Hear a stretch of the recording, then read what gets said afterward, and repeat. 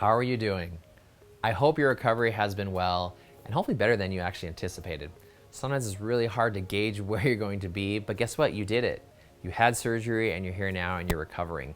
So let's talk a little bit about your post-op recovery as it relates to your breast augmentation surgery.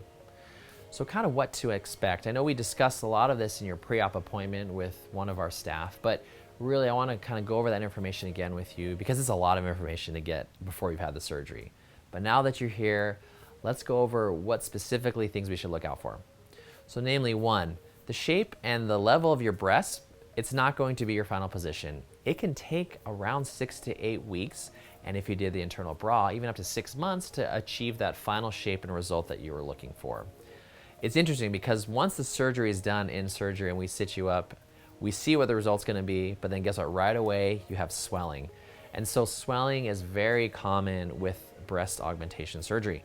A lot of times the pectoralis muscle is going to be swollen up top, and so it's going to give a really full look, and that's okay, that's totally normal.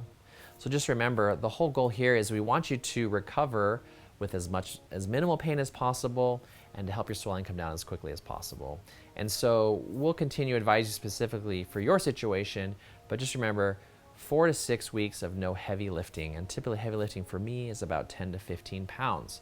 So remember, just don't do any heavy lifting there. We want to maintain your results and do that. If you have a strap that you've been asked to wear because of the internal bra, we should have you wear that at all times. If it's rubbing your skin raw or irritating a little bit, that's okay. We have some stuff we can do to help pad you for that. But then once your strap's done, you can be done with it. So remember, when it comes now to massaging or displacing your implants, we will specifically guide you in your post-op appointments about when it's time to do that for you. But you can totally ask us about that if it's ready for you and time for you to start displacing your implants. We do that because remember, your body is going to create a nice, smooth, soft capsule around that implant that you have, and we want that to stay soft and favorable. So we'll guide you as to how to displace that. I typically tell patients we want to push the implants where you want them to be, not where you don't want them to be. So we'll go over that in detail.